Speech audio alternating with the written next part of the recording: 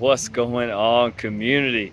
I'm actually up here traveling up north, hanging out with a little family, trying to catch this opener for some football. I know the rest of y'all trying to catch a little football season. So, the most important stuff up front, obviously. Love some football. I got a chance to go watch my quarterback play. I'm sure some of y'all keep up with that a little bit, know how big a deal my godson playing ball is. So, I'm torched out here, burnt up, but gotta love a little football season. So on to the most important stuff, hitting a little PC update. First thing right off the gate, I really hope y'all go catch the video that we saw with CC. He put out a great in-depth video giving an update on where we are here at LL, touching on some of the fetch audit and a big breakdown of what we have through the LL audit. So it's 50 plus pages. It really kind of gets to the heart of like, hey, not every audit's an audit, the difference in what automated versus manual audits look like and the true level of in-depth that we go to. So I get it, 2 more audits, this audit, like I get it, win. But I think when you guys see it, take a chance.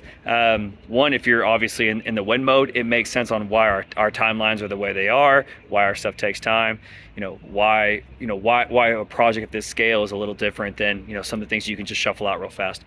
The other is, again, I think it's just interesting just for people to see, like, this is how in-depth audits go and why we take the time we do. So we see all kinds of exploits. Coinbase just had a problem. Like, that's, again, here in the RX ecosystem, we're big on, not affected. So it highlights the level of detail, time, and just, the kind of methodology of here the team about why we do what we do and going through the audit process. So definitely make sure y'all catch CC's video. He crushed it. A lot of good information in there, not only just as an update, but just a lot of context you can understand. You can look at audits in the future and understand what we have to go through.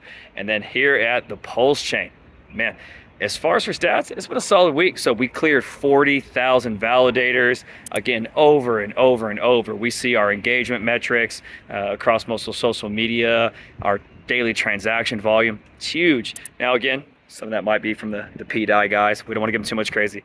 Goodness gracious, guys. The PDI stuff, again, it's for everyone can go through their own thing. I'm just teasing. I think there's a lot of conspiracy theories there, but some interesting stories and narratives, and they're pumping volume. So everybody go play the game. Just make sure you understand what you're doing. From RH, we got the big update on PulseX, which is the aggregator, that router that goes between them, hitting both V1 and V2. The simple on it is that, hey, you get better order execution. You don't have to click things. You don't have to change things. The magic there is that basically whenever you go to actually execute an order, so you tell it, hey, I want to swap one token for another, it now is looking and trying to find the best way to execute and have the least amount of price impact for you so that you get the most results. So if you want Pulse and you're getting PulseX to Pulse, that pair is routed correctly. So that's a big update. So again, they've made that changes so that they can adjust for farms. Remember, there's that issue originally around how LP fees were being distributed. And now that we have that aggregator, that cleans a lot of that up as far as the contract wise. So you'll see a few changes on the front of PulseX UI. Great to see.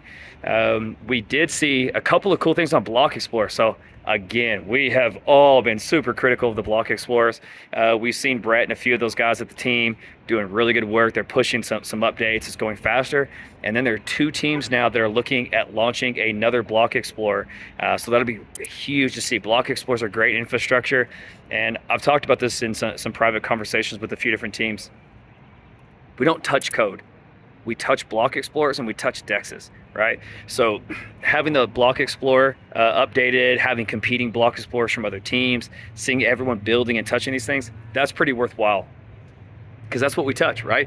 Like, we don't get to touch code, but we do touch Block Explorers. We have a little bit more intimate relationship. It's more romantic in how we interact with those things. So I think that we're going to continue to see more UI improvements on PulseX, more Block Explorers from these teams, more Block Explorer updates from the core team. All that's fantastic, updates. Good to see that infrastructure.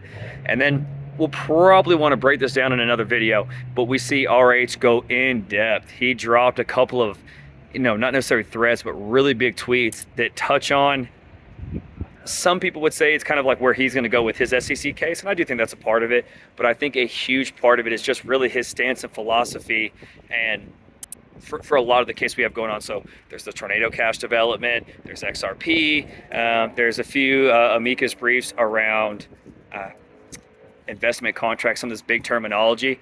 And I think that that's really what a lot of this is more of just challenging that thought, right? This would almost be the RH pill moment, to kind of use some of that terminology. Just, hey, at some point this is math. At some point this is speech. At some point this is assembly. At some point this is press. At some point this is information being passed between humans. When you break it down far enough, and where do we draw these lines? Now again, where those rules are very clear in some places, they're very not clear in others. But I think a lot of it's about challenging us to look through and understand what these zeros and ones mean at some point, and where do we fall? What do we want to see have happen? So overall, again, a little more development. We probably won't see big developments as far as RH versus the SEC until November. There's some details there. It's gonna be a phone conversation. Won't be in person. RH won't be in the US. Again, for all our stuff, check CC's video. I know. We're getting closer on these things. We keep progressing, but I think the context, and I think it'll give people some framing. We want stuff perfect, like we see a lot of issues. Our stuff's immutable. We want stuff perfect. I know everybody wants it right now. Believe me, it's coming. We're looking solid though. Very happy with the development, even though stuff takes longer than I would want, than you would want, than everybody wants. Trust me, we're as excited about it as everybody else. It's going clean. Take a chance to look through the audits.